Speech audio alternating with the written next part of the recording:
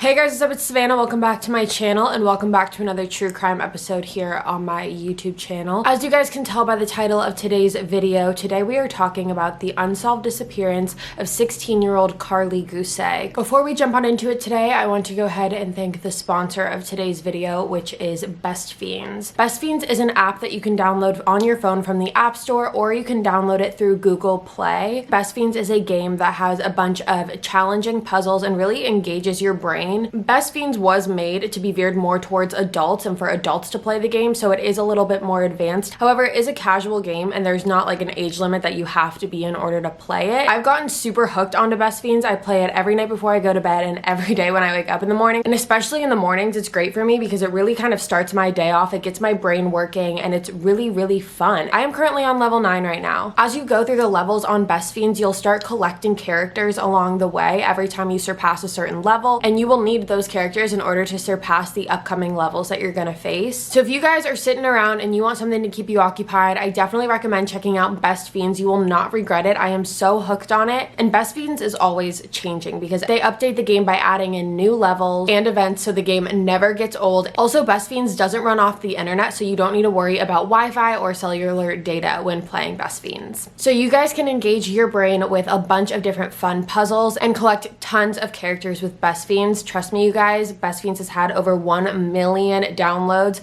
and is rated 5 stars. So again, you guys can find Best Fiends in the App Store as well as Google Play. You can download it to your phone. Let me know how you like the game. I know you won't regret it. And with that being said, let's move on to the rest of today's case. So this is Karlie Gusé. Karlie was born on May 13th, 2002 to her parents Lindsay Fairley as well as Zach Gusé. So I'm not sure when exactly you are watching this, but by the time I upload this, Karlie's birthday will be coming up very shortly. As far as Karlie's personality goes, there isn't really that much to go off of, which is always really disappointing and frustrating because I always like to give you guys a bigger picture as to who the person we're talking about is, who they were before this happened to them, kind of give you a more personal feel about them. But there wasn't that much information out there about Karlie. What I was able to find, however, was that Karlie loved to dance, she loved to hang out with her friends and her family, she had a boyfriend at the time, and overall she was just described as a really positive person and a really uplifting person. She always had a good attitude and saw the brighter side of things. So when Karlie was about 2 years old, her parents ended up splitting up and she ended up going to live with her mother, Lindsay, for a little while. So Karlie lived with her mom up until she was about 5 years old. And once she turned 5, Karlie went and lived with her dad. And that is where she lived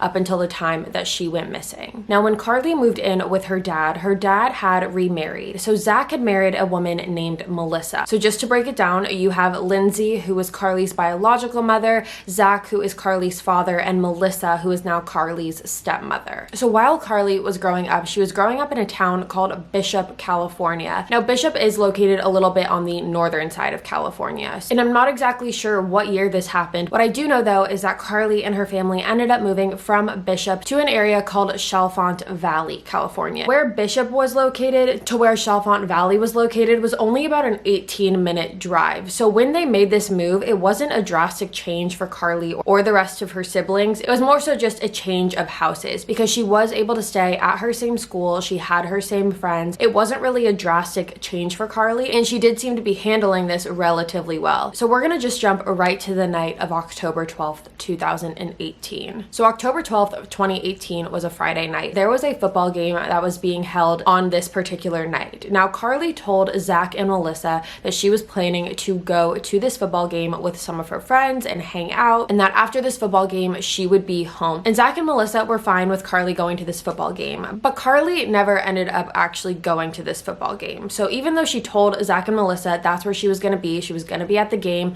she actually had other plans in mind. And these other plans included hanging out with her boyfriend Donald and about 2 to 3 other friends of hers, and they were just going to all hang out together instead and ditch the football game completely. Now, Melissa and Zach were both at home together when at about 8:00 p.m. that night, Melissa received a phone call from Karlie. According to Melissa, she said that on the other line of the phone call, she could tell that Karlie seemed very anxious. She seemed very paranoid and nervous and scared, and Karlie had asked Melissa if she would come pick her up. Melissa said that Karlie was so paranoid that Karlie was asking Melissa not to hang up the phone and to stay on the phone the entire way as she drove drove to pick Karlie up. So based off of that, Melissa knew something was just off. Something didn't seem right. So she told Karlie that she would come and get her. So Melissa got into the car, and Karlie had told Melissa that she was at a place called Highland Park. And Highland Park is a mobile home park. So Melissa knew automatically that Karlie did not go to this football game.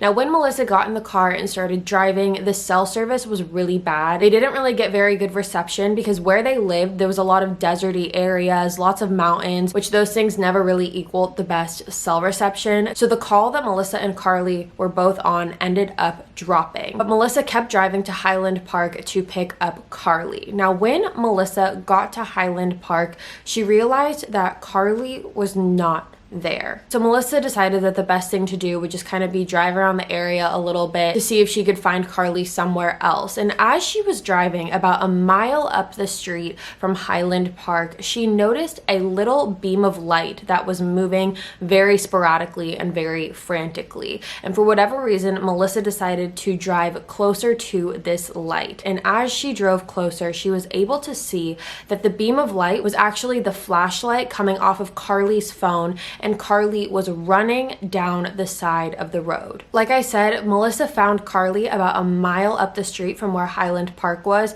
and more specifically, it was a street called Dixon Lane. Now, when Melissa realized that she had found Karlie, she pulled over to the side of the road and told Karlie to get into the car with her. Now, it was only Melissa by herself. There was no one in the passenger seat, no one in the back seats of the car, but Karlie decided instead of getting in the front seat of the car to sit in the back seat. Once Karlie got into the car, Melissa and Karlie drove home. And Melissa said that when Karlie got into the car, she noticed right away that Karlie looked extremely pale. Melissa said that she was as white as a ghost and her pupils were extremely dilated. Melissa has said that while Karlie and her were in the car together, Karlie had apologized for lying to Melissa and her dad by telling them that she was going to be going to the football game that night when she didn't. Melissa said that while Karlie was in the car with her and they were driving home, Karlie had also confessed to Melissa that on that night she had smoked some pot. Now, when Melissa heard this, it did make some sense to her because having extreme paranoia is often a sign of people who do smoke. You sometimes can get super paranoid, super anxious, and very nervous. So when Karlie told Melissa that she had been smoking that night, that kind of explained why Karlie was acting so paranoid. But when Melissa and Karlie got home,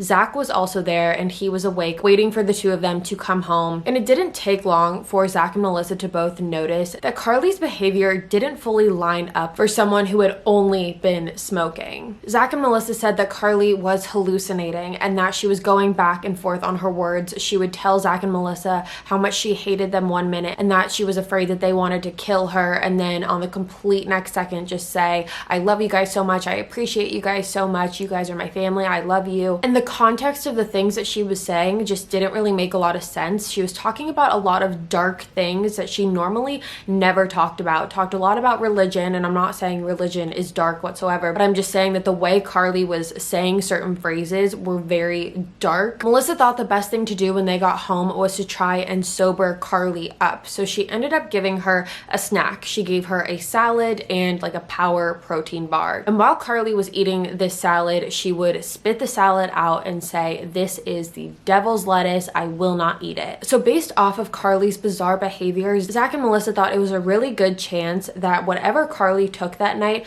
could have been laced with something else that she wasn't aware of, or that she could have done something else other than just the smoking and had not told Zach and Melissa what that exactly was. Now, according to Melissa, she said that after Karlie had gotten something to eat, Karlie had asked Melissa if Melissa could spend the night in Karlie's room with her. This wasn't really a typical thing that the two of them did, but because of Karlie's paranoia, that was what really prompted her to ask Melissa to stay with her so she wouldn't feel as scared. And Melissa said that when Karlie asked her this, she was totally okay with it, totally fine with it, told Karlie, of course, I'll sleep in your room with you. And Melissa said that Karlie was so paranoid that she wouldn't leave Melissa's side whatsoever. Even while Melissa was brushing her teeth and washing her face, Karlie was still right there next to her and didn't want to leave her side. As far as the sleeping went, Melissa said that she wasn't really able to sleep a lot lot that night. She said she dozed a lot in and out of sleep, and Karlie was awake for most of the night. Melissa said Karlie wanted to stay up and color and paint each other's nails and do things and really try and stay awake. And Melissa more so dozed in and out of sleep, and oftentimes when she would wake up out of her sleep,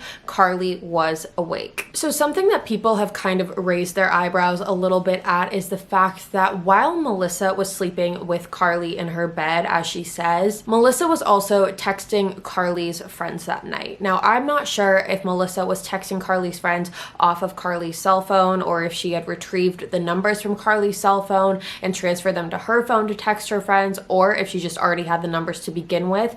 But Melissa was texting Karlie's friends that night. In particular, she texted Donald, Karlie's boyfriend, asking Donald to pray for Karlie. Now, Melissa said that the reason that she did this is because Karlie was talking a lot about religion and the Bible and wanting to go to church, so that's why she texted Donald, pray for Karlie. But a lot of people have wondered, why were you so concerned to go out of your way to text your boyfriend, pray for Karlie, if you weren't certain that anything was actually wrong with her, which we will get to in a minute. That will all make sense in a second. According to Melissa, she said that she sent her last text message early that morning on October 13th at about 5:48 a.m. So almost 6 o'clock a.m. And at that point, Melissa said that Karlie was asleep in the bed next to her. After sending the text at 5:48 a.m., Melissa said she turned her phone off and went to sleep, and she woke up about an hour and a half later at 7:15 a.m. And when Melissa woke up at 7:15 a.m., that is when she realized that Karlie was no longer in the bed with her. Now, after realizing that Karlie was no longer in the bed with her, Melissa got out of bed and started searching all throughout the house to see if Karlie had just changed locations, if she went from her room to another room. Melissa said she was just looking throughout the house to see if Karlie was there. And once she realized that she was nowhere in the house, that is when Melissa went to wake up Karlie's dad, Zach. She told Zach that she couldn't find Karlie anywhere, that she wasn't in her bed anymore, and that is when Zach and Melissa both decided it was best if both of them got into their cars and started driving around the town to see if they could find Karlie. And what Melissa and Zach realized before they left the house is that the front door to their home was actually open. Not just that it was unlocked, but the door was completely open. And around this time is when Zach and Melissa also realized that all of Karlie's belongings were still at her home, and that included Karlie's cell phone. So it's not like either of them could have called Karlie or tried to track her, because her phone was left at her house. So after they figured all of that out, they got into their cars and started driving around the area. And when about 9:35 a.m. hit that same morning and Zach and Melissa still couldn't find Karlie, Zach decided it was time to call Karlie's mom, Lindsay. So when Zach called Lindsay, Lindsay answered the phone, and Zach told Lindsay, Karlie is gone. According to Lindsay, those were the exact words used when Zach told her that Karlie was missing, is Karlie is gone. And Lindsay had a very big problem with the way that Zach worded this. According to Lindsay, she said that right off the bat, when Zach said that Karlie was gone, she immediately assumed Karlie was dead. So immediately after hanging up the phone with Zach, Lindsay got into her car and started driving to Zach and Melissa's house to meet them there. And Zach, on the other hand, when he hung up the phone with Lindsay, he ended up calling the police to file a missing persons report for Karlie. So when the authorities arrived to Zach and Melissa's home and they were given all of the information that Zach and Melissa had told them, authorities had labeled Karlie as an intoxicated runaway. And as you can imagine, the only difference between a runaway and an intoxicated runaway is that an intoxicated runaway is under the influence of drugs and or alcohol. So because of this, police decided that they were going to canvass the entire area of the town that Karlie and her family lived at, and they also got into contact with multiple different people who lived in the town, asking them if they had seen Karlie that morning. And after talking to multiple different people, police came up with 3 witnesses. Now, it's very up in the air as to whether these witnesses are actually, valid statements or true statements. Basically, nothing has ever really been confirmed from these witnesses. But 3 people did claim that they saw Karlie on the morning of October 13th. So one witness was actually a neighbor of of Melissa and Zach's, who worked as a teacher. And once she had heard the news about Karlie, she had actually called Melissa to tell her that she had seen Karlie walking alone by herself on the morning of October 13th. Another witness was a person that police talked to, and this person also claimed to have seen Karlie. And according to this person, they said that they were in their sunroom of their house. And basically a sunroom is just a room full of windows. It allows for a lot of natural light to come in. This person had a jacuzzi in their sunroom. And this person said that while they were in their jacuzzi on this morning, they saw someone who looked a lot like Karlie, again, walking by themselves on the road. Lindsay is really iffy about this witness in particular because she's not sure how great of a look this person could have gotten, meaning she's not exactly sure how accurate someone's vision could be looking through glass, and that's just what she said. And the third witness is a man who works as a wooder. Now, this wooder claims that he saw Karlie walking on the side of the road right near Highway 6. Now, Highway 6 is really close to where Karlie lived at the time, and after authorities had heard that Karlie could have been near Highway 6, it raised a lot of concerns for them, because based off of that statement, it raised a lot of concerns that Karlie could have possibly become a victim to human trafficking. Highways are an extremely easy and common place for human trafficking to occur because you get in the car with someone and they're off. It's really a quick thing that happens. So with all of the witness statements now, authorities really went full speed ahead on the search for Karlie. They brought in helicopters, search dogs. There were multiple search parties that happened and lots of volunteers that volunteered their time to look for Karlie. And authorities also brought in the proper vehicles that are needed to get through the desert and the mountain area. Like I said earlier, where Karlie lived, there was a lot of mountains, there was a lot of desert, it was very rocky, so you needed a certain type of vehicle in order to get through all of that. And so authorities also brought those vehicles in. Along with that, Lindsay also hired her own private investigator. So there were a lot of resources being put into finding Karlie. And something else that police were just unsure about was the mental state of Karlie, how she was going to be mentally, because based off of everything that Zach and Melissa had told them, Karlie was going through some sort of bad trip and bad drug experience at the time of her disappearance. And authorities were unclear about what her mental state was because they weren't entirely sure what she had taken that night. So they didn't know what her mental state was going to be or what some of the side effects would have been from whatever she had been around. So while all of this was happening, you have Zach and Melissa, and then you have Lindsay. And while everyone was out, doing the search parties and being really active in the investigation, Lindsay didn't really participate in that at all. And Lindsay owns up to that, and she says that the reason she didn't do that is because she was just trying to process everything and she didn't really want to accept what was happening. And she said she felt numb and she just didn't know how to handle it. And a lot of people have been very critical when it comes to Lindsay's lack of involvement in trying to search for Karlie. And I think what is important to remember though is that there's not a rule book and there's not a guide for how to handle a situation like this. No one ever thinks that they're going to be in a situation like this until they are. And everyone handles things very, very differently. So now I want to kind of switch gears and talk a little bit about Melissa. So starting from the day that Karlie went missing, literally just hours after Karlie's disappearance, Melissa became very, very active on social media. She was doing Facebook Lives,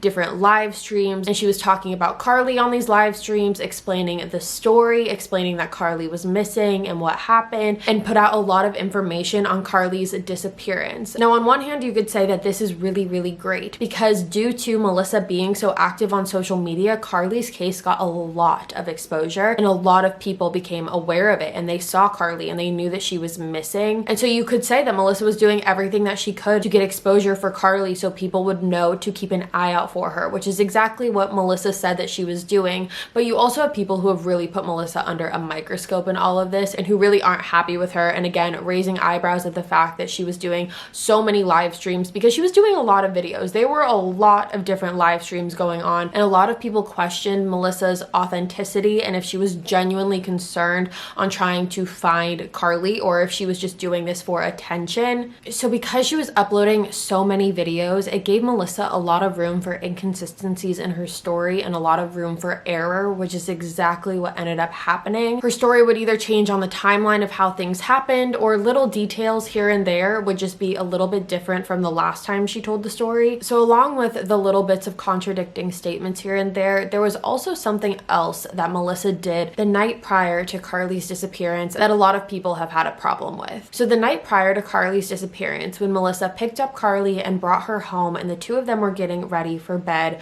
Melissa decided to record Karlie. And this was an 8-minute audio recording. And Melissa said that the reason that she did this is because she did it more so as a life lesson. She wanted to be able to wake up in the morning and show Karlie the recording. That way she could show Karlie how she was acting that night, just to show her like this is what can happen if you do drugs and not to do it again. So this recording has not been released to the public because this is an ongoing investigation, but we do know kind of bits and pieces as to what was said in this recording. Some of the things that Karlie mentioned in this recording were some of the thoughts that Melissa and Zach said she had mentioned earlier in the night as well, when it came to like religion and the devil and the Bible and things like that. But where people are really lying their focus on is the fact that in this audio recording, Karlie had asked Melissa to call 911. Now, according to Lindsay, who's Karlie's mother, she said that by the time that she had heard that Karlie had been missing or that Karlie was gone and she had drove to Zach and Melissa's house, Melissa had told Lindsay that she had this audio recording from the night prior. And Lindsay wasn't really happy that Melissa had recorded this audio, but Lindsay has only heard a little bit of the audio recording. She hasn't listened to the entire thing. And according to Lindsay, there's a part in the recording where Karlie calls out for her mom. She kind of goes like, "Mom," as if she thought her mom was there. And when Karlie said this, Melissa told Karlie, "No, it's not your mom. It's me, Melissa." And Karlie then responds to Melissa by saying, "Oh, sorry, I'm just really scared." And then, like I said, Karlie had asked Melissa if she would call 911, and Melissa kind of goes along with it and she says, "Okay, yeah, I'll call 911. There was kind of a silence and nothing was really said. And then Karlie said, "Well, are you going to call them?" And Melissa said, "No, I'm not going to call them." And Karlie said, "Why not?" And Melissa said, "Because nothing is wrong." Now, authorities have actually really kind of praised Melissa for the fact that she took this audio recording, considering the fact it gave them a much better idea of the headspace that Karlie was in. Obviously, they weren't able to pinpoint exactly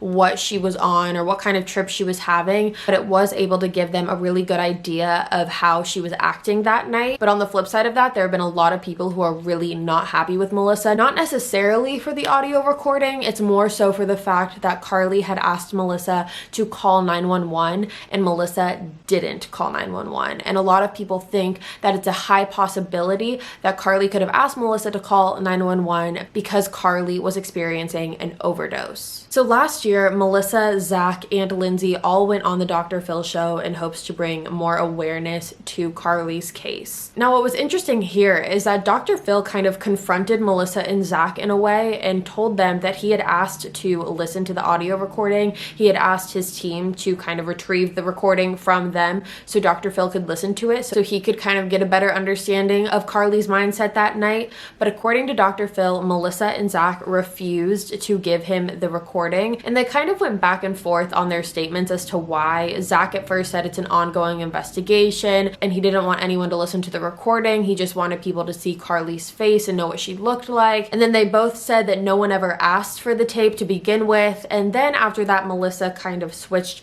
her point of view and told Dr. Phil that he could listen to the audio, but he was the only one allowed to listen to the audio. So they didn't want the audio being played for the audience. They didn't want the world to hear the audio. They just wanted Dr. Phil to hear the audio, or they were just going to allow Dr. Phil to hear the audio. So once this happens, Dr. Phil goes backstage, he listens to the audio, and he comes back out. And the first thing that he says is that he's really happy that Melissa ended up taking that audio because it gives him a much better understanding of Karlie's mindset. So very similar to what the authorities were telling Melissa and Zach. Dr. Phil said that based off of the audio, it is extremely clear to him that whatever she took that night was definitely laced with something. And because of the degree of paranoia that Dr. Phil could sense from Karlie on that tape, he thinks is very, very possible. And it would make a lot of sense to him if Karlie got so paranoid while Melissa was sleeping that something was wrong and got super freaked out and decided to run away from her home. Dr. Phil also kind of leaned towards the theory that it's possible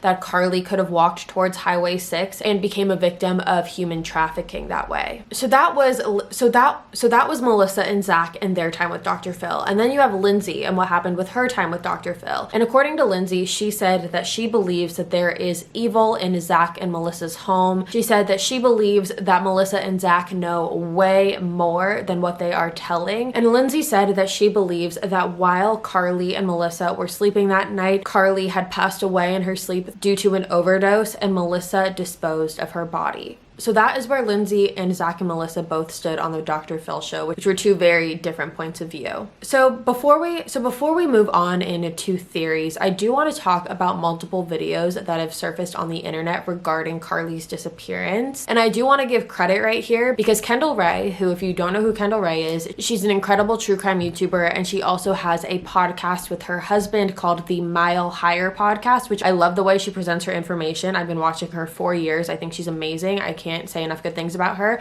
But she also made a video about Karlie's disappearance, and she had mentioned this in her video, and I hadn't seen any other video talking about these videos, and I also hadn't seen any other article out there regarding Karlie's disappearance talk about these videos either. The first video that is out there is a video that someone had uploaded. I'm not exactly sure what the channel name is, but there's a video out there that some guy had uploaded, and he titled the video "Found Missing Teen in Mountain." And in the video thumbnail, there's a picture of Karlie's missing persons poster in the corner of the thumbnail, and there's a girl running through the mountains on the thumbnail, and there's an arrow pointed to her. So it's very clearly trying to clickbait and make you think that they possibly could have found Karlie Gusé. And in this video, this guy sees this girl running in the mountains, looks at his phone and looks at Karlie's missing person poster and thinks that they look similar, and the next day he ends up calling the authorities. It was another runaway, so the fact that he called was a good thing essentially, but to clickbait using Karlie's picture and making people think that you found Karlie, it's just weird. So I really wouldn't even waste your time watching that video. Just from a YouTuber's perspective, you know exactly what you are doing